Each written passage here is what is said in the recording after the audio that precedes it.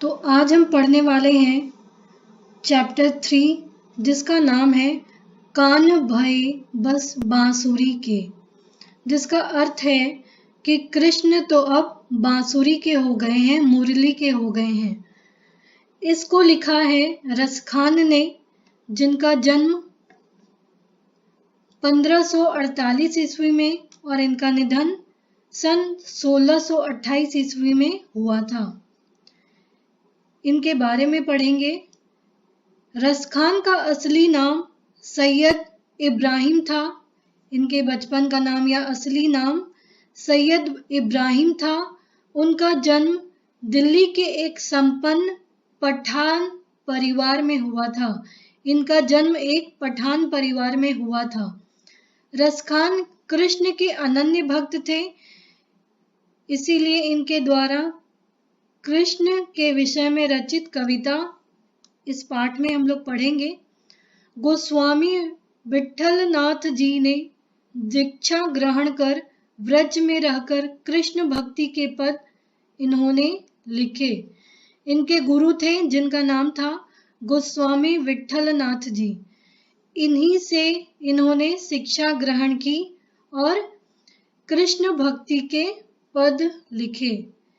इस मुसलमान कवि की कृष्ण भक्ति अत्यंत सराहनीय है। बहुत ही अच्छा कार्य इन्होंने किया है। इनकी कविता में कृष्ण की रूप माधुरी, ब्रज महिमा और राधा कृष्ण की प्रेम लीलाओं का वर्णन किया गया है। इस कविता में भी आप देखेंगे कि कृष्ण किस प्रकार से मुरली से, बांसुरी से प्रेम करते हैं, राधा से प्रेम करते हैं, व्रज की गोपियों से किस प्रकार से उनका लगाव है या गोपियों का उनके प्रति किस प्रकार से लगाव है, ये देखेंगे। उनकी भक्ति में प्रेम, श्रृंगार और सौंदर्य का अनोखा संगम है। प्रेम भी देखने को मिलेगा आप में इस कविता के द्वारा, श्रृंगार और सौंदर्य का अनोखा संगम, इन तीनों का मिश्रण आपको इस कविता में देखने को मिलेगा। रसखान के कवित्व सवैये अपने आप में अद्वितीय है, अनोखा है। रसखान ने व्रज भाषा में काव्य रचना की। उनकी भाषा मधुर एवं सरस है।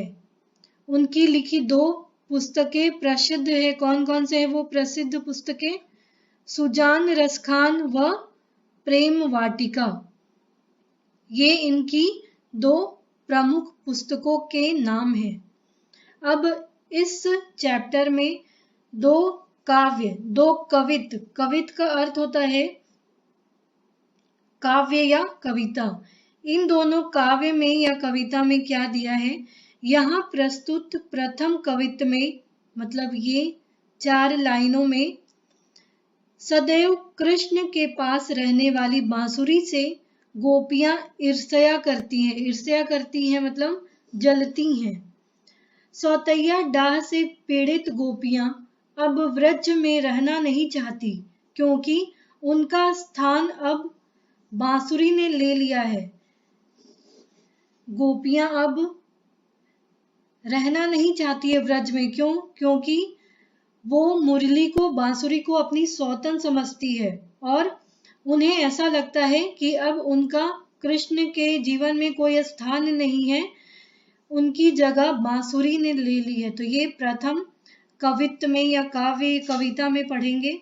दूसरे कवित्व, ये वाली 4 लाइनें, इसमें दूसरे कवित्व में कृष्ण का स्वांग रचने वाली, स्वांग मतलब नाटक, रचने वाली गोपियां सौतैया डाह मतलब सौतन के कारण उनकी बांसुरी को, जो कृष्ण के ओठों पर थी, ऐसे तो होठ होता है लेकिन व्रज भाषा में ये लिखते हैं, तो ओठों पर थी को अपने ओठों पर रखने से इनकार कर देती है। क्या कारण है इसमें पढ़ेंगे। कवि ने दोनों कवित्वों में गोपियों की मन स्थिति का मार्मिक वर्णन किया है। मन स्थिति, मन में उठने वाली स्थिति, किसके मन में? गोपियों के मन में। मन स्थिति का मार्मिक, मार्मिक का मतलब मन को दुख पहुंचाने वाली स्थिति का वर्णन किया गया है। कैसे गोपियों के मन में दुखी भावना उत्पन्न होती है, ये बांसुरी को कृष्ण के साथ रहते हुए देखकर इन भावनाओं का यहाँ वर्णन किया गया है। अब दो कवित्वों को पढ़ते हैं कि क्या है इसमें। कान भये बस बांसुरी के, अब कौन सखी हमको चाहिए है। निसी धौंस रहे संग साथ लगी, यह सौतीन तापन क्यों सही है। जिन मोही लियो मन मोहन को, रस खानी सदा हमको दही है। मिली आओ सबई सखी, भागी चलई, अब तो ब्रज में बांसुरी रही है। तो यहाँ गोपियां अपने मन की बात अपनी सखियों को कह रही है। क्या कह रही है कि कृष्ण के पास तो हमेशा बांसुरी ही रहती है। हमेशा आप देखना कृष्ण के पास बांसुरी आपको देखने को मिलेगी। और गोपियां अपनी सखियों से कह रही है कि कृष्ण के पास हमेशा बांसुरी रहती है और वो इसी चीज को देखकर गोपियां ईर्ष्या करती है, जलती है बांसुरी से और कहती है कि बांसुरी ने तो कान्हा को अपने वश में कर लिया है। हे सखी, वो अपनी सखी को कहती है, अब कृष्ण हमें क्यों चाहेंगे, अब तो वो बांसुरी को ही चाहेंगे, क्योंकि वो हमेशा उनके संग में रहती है, उनके साथ में रहती है। और ये जो बांसुरी है हमेशा कृष्ण के साथ में लगी रहती है। यह निसी धौंस, यहाँ लिखा निसी धौंस मतलब रात और दिन, यह रात दिन हमें धौंस देगी और यह हमें सौतैया डाह, सौतैया तापन मतलब सौतन की तरह व्यवहार कहेगी। इसका हम सौतैया डाह क्यों सहे, सौतन जैसा व्यवहार क्यों सहे। इस बांसुरी ने श्री कृष्ण को तो मोहित कर लिया है। वह हमें हमेशा क्या करती है, हमेशा जलाते रहती है बांसुरी गोपियों को। इसलिए हम एक काम करते हैं, ये गोपियां आपस में अपने सखियों को कह रही है कि इसलिए हम एक काम करते हैं कि हम सब ये ब्रज को छोड़कर आओ, सबे सखी आओ, हम सब मिलकर यहाँ से भाग चलते हैं।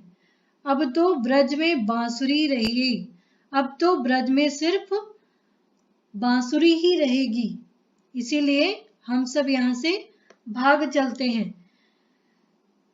कृष्ण का बांसुरी के साथ में ज्यादा से ज्यादा समय बिताना ये गोपियों को रास नहीं आ रहा, पसंद नहीं आ रहा है, इसीलिए वे बांसुरी से ईर्ष्या करने लगती है और कहती है कि यहाँ से हम लोग भाग चलते हैं। अब तो ये हमें धौंस दिखाएगी, घमंड दिखाएगी और इसका ये घमंड, इसका ये सौतैया डाह, इसका सौतन जैसा व्यवहार हम क्यों सहे। इससे अच्छा है इसने तो कृष्ण को मोह लिया है, अपने वश में कर लिया है, इसीलिए हम सब यहाँ से भाग चलते हैं। अब तो यहाँ ब्रज में यानी ब्रज में बांसुरी का ही राज है, तो इसे ही यहाँ रहने देते हैं और हम सब यहाँ से चले जाते हैं। ये गोपियां अपनी सखियों से बातें करती है। सेकंड कवित यानी सेकंड काव्य या कविता में देखते हैं क्या लिखा है। मोर पखा सिर ऊपर राखी हूँ, कुंज की माल गरे पहिरोंगी, ओढ़ी पीतंबर लय लकुटी, बन गोधन ग्वारन संग फिरोंगी। भावतो वो ही मेरो रस खानी, सो तेरे कहिए सब स्वांग करोंगी। या मुरली मुरली धर की, अधरान धरी अधरा न धरूंगी। स्वांग बताया था, यहाँ लिखा था नाटक रचना और अधरन अपनी ओठों पर। यहाँ भी गोपियां हैं वो कृष्ण की तरह व्यवहार करना चाहती। कृष्ण जैसे कपड़े पहनते हैं, लाठी पकड़ते हैं, मोर पंख लेते हैं, बांसुरी पकड़ते हैं, ये सब नाटक वेश धारण करने को गोपियां तैयार है, लेकिन एक चीज करने को तैयार नहीं है। जैसे कृष्ण अपने होठों पे रखकर बांसुरी बजाते हैं, उस प्रकार से गोपियां इस काम को नहीं करना चाहती है, क्योंकि वो उसे अपनी सौतन समझती है। तो कृष्ण का स्वांग रचने वाली या कृष्ण का वेश धारण करने वाली गोपियां कहती है कि हम क्या क्या काम करेंगे जो कृष्ण करते हैं। हम अपने सिर पर मोर पंख का मुकुट पहनेंगे, गले में गुंज की माला, ये छोटे छोटे बेल के बीज जो लाल रंग के होते हैं, तो उन लाल रंग के दानों की माला पहनूंगी जो कृष्ण पहनते हैं। मोर पंख सिर पर धरूंगी, कुंज की माला, लाल लाल छोटे दानों की माला पहनूंगी। ओढ़ी पीतांबर लय लकुटी, ओढ़ी पीतांबर पीले रंग का वस्त्र, पीले रंग का कपड़ा पहनूंगी, और लय लकुटी, और हाथ में क्या लूंगी, लाठी, और वन गोधन ग्वारन संग फिरूंगी। वन में जाकर गायों को लेकर उनके साथ में फिरूंगी, घूमूंगी, गायों को चराऊंगी। भावतो वो ही मेरो रस खानी, कृष्ण को जो भी पसंद है वो सब करूंगी। जैसा जैसा कृष्ण करते हैं वैसा वैसा हर एक काम करूंगी, पर एक काम नहीं करूंगी। वो काम क्या है? श्री कृष्ण ने जिस बांसुरी को अपने होठों पर रखकर बजाया था, उस बांसुरी को वो अपने होठों पर कभी नहीं रखना चाहती है। क्यों नहीं रखना चाहती है?